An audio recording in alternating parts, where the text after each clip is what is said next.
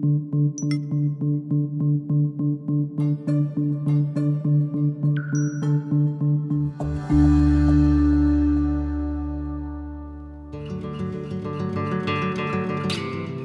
by day, little by little, we write the story of our lives. Join author Joe Alsh on a walk down memory lane with tenacious humans who didn't let their circumstances dictate their life and what they could become.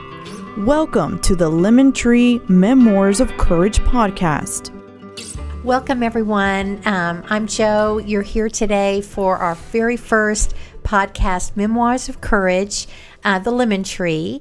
I have a very special guest today, and her name is Sarah Burleton. I want to tell you a little bit about her. She is the author of the best-selling book, Why Me? She was born in a little town in Illinois to a very emotionally disturbed woman. Her first book, Why Me?, became an instant bestseller on Amazon and made the New York Times, USA Today, and Wall Street Journal nonfiction bestseller list. Why Me also earned the endorsement of David Peltzer's New York Times bestseller, author of a book called A Child Called It. Sarah is the very first self-published nonfiction ebook author to make the New York Times bestseller list and spent an astonishing 26 weeks on the bestseller list. In a bid to spread the message of child abuse prevention, Sarah first partnered with Prevention Child Abuse Illinois and gave speeches and conducted workshops all over the state of Illinois. Now she travels the state as an independent child abuse advocate, speaking out against child abuse and helping those who can't help themselves. Welcome, Sarah. Thank you so much for coming. Thank you for having me. I'm so honored to be here. Well, we're thrilled. Thank you. And I love your book. Thank you. Tell me, we're going to get right to it. Tell me why you wrote the book, Why Me? I wrote the book, Why Me? It was my way of dealing with the abuse I dealt with as a child. I had just had my own child.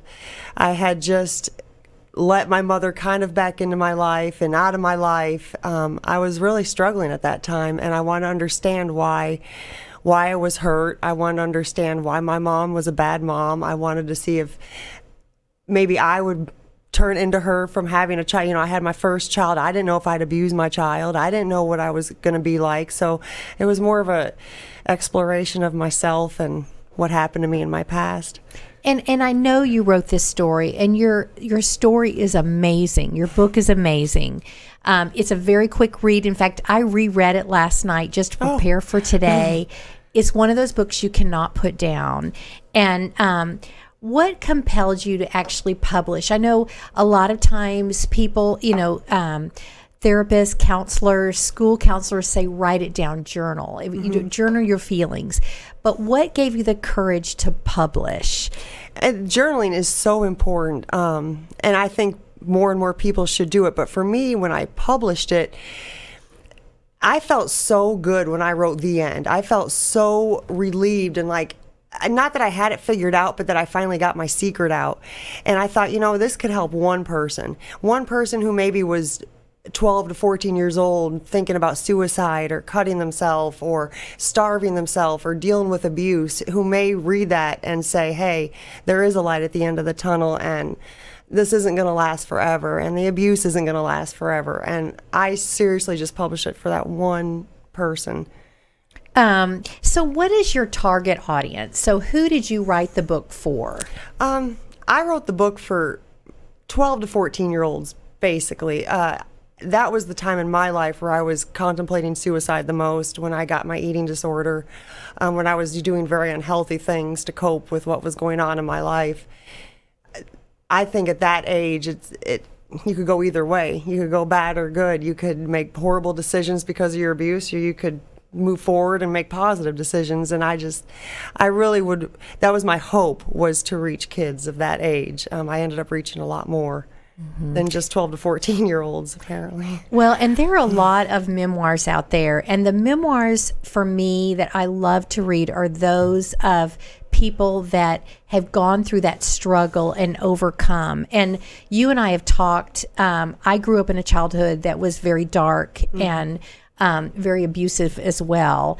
And we talk about what is it that makes the difference? What is it about people like you or me what is it that makes us say, I'm moving past my past. I am going to make a difference. And you find that strength in the struggle instead of becoming that victim of the struggle. It's easy to become a victim when you're told you're nothing your whole life and you're going to amount to nothing and you're a waste of time and you should have been aborted. It's very easy to fall into victim and make bad choices. But I had examples. I told you earlier, Michael Jordan, people I would pull from for inspiration and hope, and that there was a tomorrow. I was in love with Indiana Jones. The savior that would come and rescue me from my abuse. I mean, there was always hope out there. I had a great grandfather who was wonderful about checking up on me and making sure I felt like a princess once in a while when I was going through my abuse. And my mother would tell me daily, she would either tell me daily, I can't wait till you're dead, I wish you were dead, I should have aborted you, or I can't wait till you're 18. And I heard that number 18 and I knew there was an end, and I wasn't going to turn out to be anything that she ever wanted. She wanted me to fail. She wanted me to not amount to anything, and I think I was just so stubborn that I refused to let her dictate what she was going to do to me. And look what you've accomplished. And look what you've been able to do. And look how you've helped others. And, there is strength in the struggle. And so do you ever hear from readers that your book has made a difference in their life and they've been able to move forward and push on? If you have some examples, that would be... I do. My favorite one is a girl that is one of my #1 fans on Facebook. I'll just say her first name. Her name's Caroline, and she was actually on the verge of suicide with her abuse she was dealing with, and found something in my book that made her say, I'm going to be like Sarah, and I want to be like Sarah. And that girl I still stay in touch with. That one got me the most. I also truly appreciate the people that'll write to me and say, I don't feel alone anymore. I don't feel like I'm the only one out there with a mom like this. I feel like somebody finally understands me. And then I also love the ones that say, I love my mom more because of what your mom was like. I realize my mom isn't that bad. And I love that. I love being able to bring people together based on my life. It's a beautiful thing. Well, and parents, we don't get a handbook when we have children. And in my mother's case, it wasn't a physical. It wasn't a physical abuse. She was just neglectful, and she should not have ever been a mother. She should have not have had children. Right. They were not in the genes. We loved her, but I had to grow to understand her and forgive her. And that's a tough question. But forgiveness. When were you able to forgive and let go? Forgiveness is a tough one. I wouldn't say I've truly forgiven her. I'm still hold a big chip on my shoulder because I've had to go through so much in my life. I mean, she missed everything. My graduating from high school, graduating from college, my kids, my first house, everything. She has not been there for. So yeah, there's a chip on my shoulder. But moving on, I'm a mother now, and I know what she did was so awful, but if anything, it taught me how not to be as a person and a parent. And I mean, I still make mistakes, but I'm not her. And that's how I've been able to move on a bit. Well, and for me, when I see children, because I was alone, I had no one to talk to. I felt so invisible and alone. And now, as an adult, and I am healthy and whole, and I've healed, but I'll see a child walking to school and maybe they don't have a coat on and it's cold. And right then I stop. I pray for them. I'm like, okay, you never know what's going on for that child. And so for me, I feel like I've got these special, invisible goggles that I can kind of see. I have this discernment when people are struggling and people are hurting. And there is strength in that struggle. What are you doing now? What are your goals now? Oh, my goals are to raise my children. That's Wow.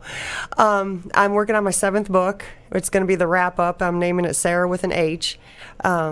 It's just kind of the wrap, because abuse, even though it stops, the scars, I feel, and it makes you feel stupid, because you're like, I'm 40 years old. Why in the world am I still upset about something that happened to me? And I moved out when I was sick. Why am I still upset? But it hurts. And the flashbacks hurt, and the triggers hurt, and smelling things and hearing a certain song. And I remember that song from during a beating, and I can remember that song playing in the background.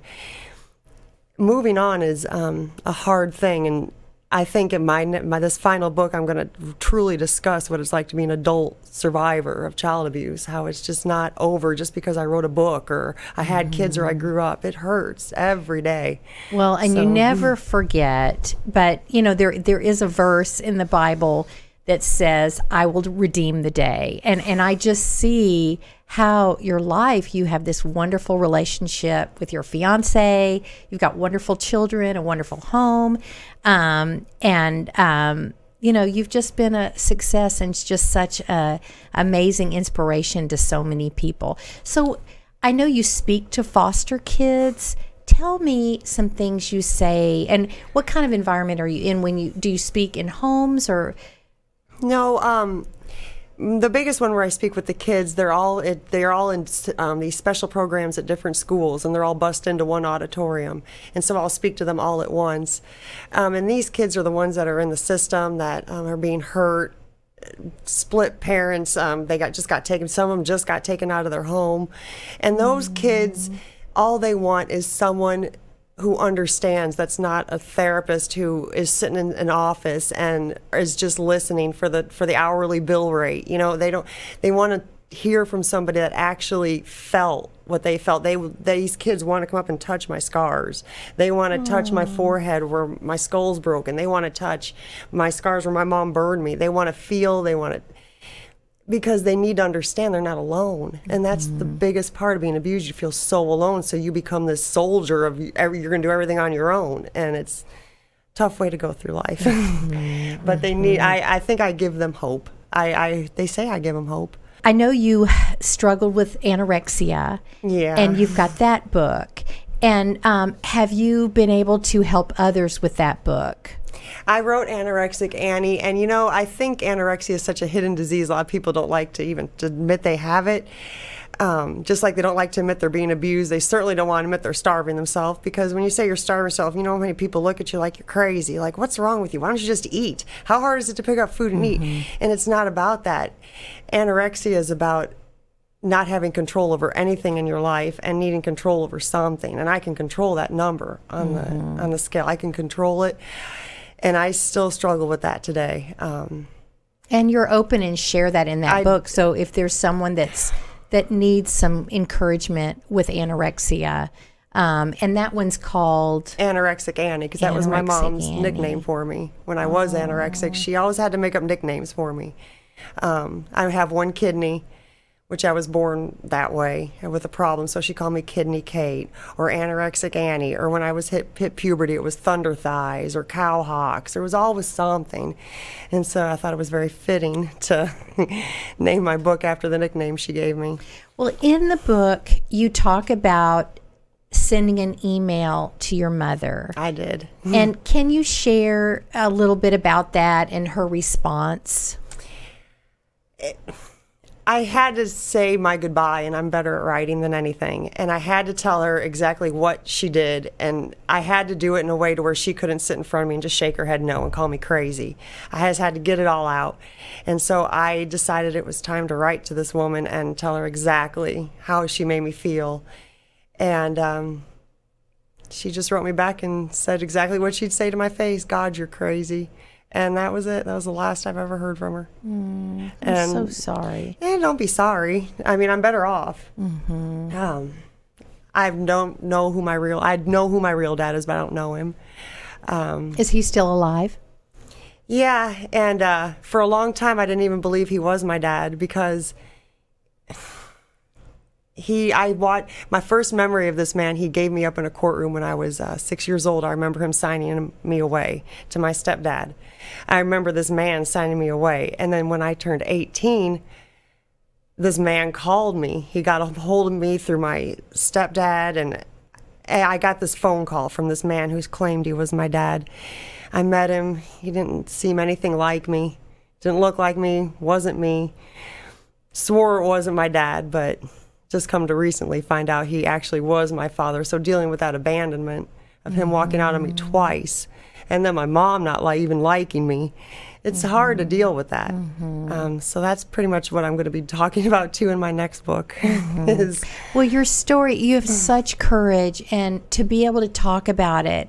And I know it's easy to write. It's hard to talk about. It is. It's easier to write it. So what could you say to someone that wants to write their story, and just, you know, say they want to write a book, they want to write their story and feel like they've got a message? How would you encourage that?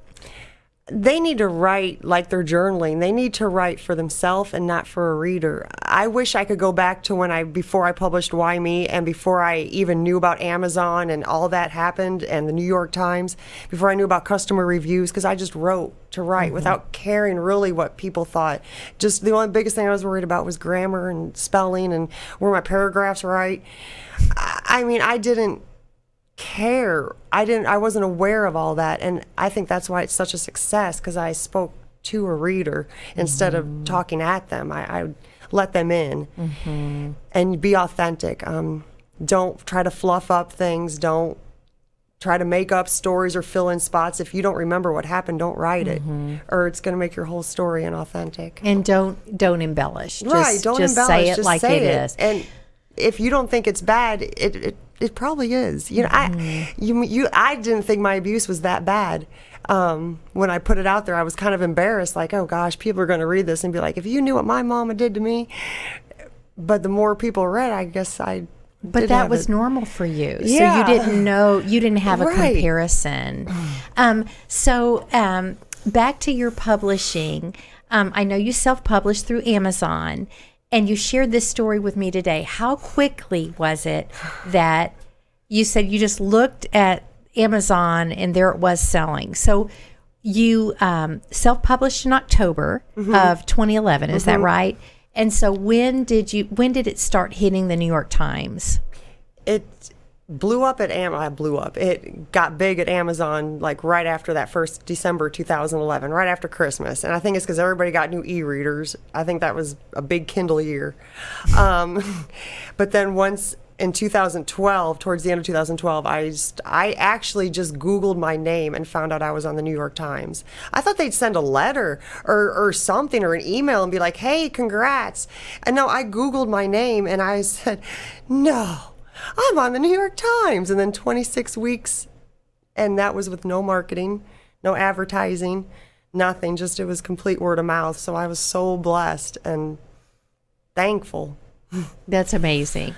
Well, I know we want to get your books and read your books, and I highly recommend Why Me. You can go on Amazon, and we're going to have a link and some information on how to buy that book and how to get my book. And but we are so thrilled that you came in. You've been amazing. And is there something you can share to just what is your goal? I know you're going to finish this book, but if you felt like, what is my purpose? What is Sarah's purpose? What would you say that is? If I had one thing I'd want to accomplish before I passed away one day, I would love a law to come on the books, and starting with my state. I don't know if they do it in Texas, but in Illinois they do sexual assault classes and for kids, like this is bad touching, this is good touching if somebody does this. But they don't talk about physical abuse or mental abuse, and that being told you're garbage and nothing is just as bad, if not worse, than getting touched. You know, it's abuse is abuse, and I want, it's called Aaron's Law in my state, and that's where it started. And I would love a Sarah's Law, to where it's required in schools for kids to be taught that, hey, if your mom is calling you garbage, if your dad is yelling and screaming in your face, if you're getting hit and beat, it's not right. Because kids, I think, well, we're not being sexually abused, so it's not abuse. It is, and that's my goal. I would love a Sarah's Law. That would be awesome. Thank you so much for today, and thank you for answering questions. And you can find Sarah on your Facebook page. Yeah, I'm not much on social media, but you can find me on my author face or email me. And please buy that book. It can make a difference. It might be able to. It might help someone that you know is hurting, or just help them understand that the past doesn't define you, right. and there is a life out there, and just to move past that and do courageous things as you have. Thank you, Sarah, so much. Thank you, Joe. I love this. Thank you. This was great. Thank you. Thank you for joining us on the Lemon Tree Memoirs of Courage podcast, hosted by author Joe Alsh. You can find more information on Joe's beginnings and the Lemon Tree at thelemontreebook.com.